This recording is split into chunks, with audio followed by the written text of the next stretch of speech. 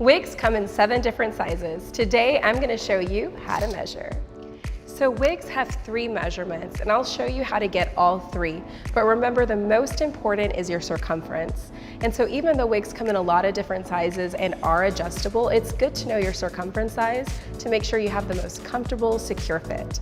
So we'll start with our circumference measurement, which goes all the way around the hairline. You want to work in inches to make sure that you're staying according to how we measure. So my model here is about 22 inches. So that's going to fall into the average category. So that is 21.5 to 22.5, and you can adjust it. Now, the front to back measurement is also important.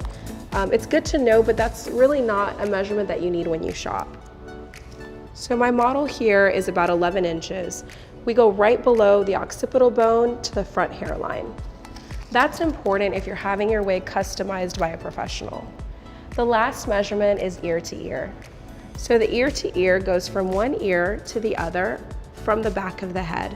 And my model here is about 10 inches.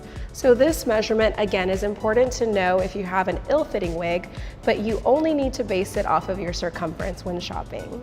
So those were great tips on how to measure. To find out more information, visit HairUWear.com and be sure to check out our education.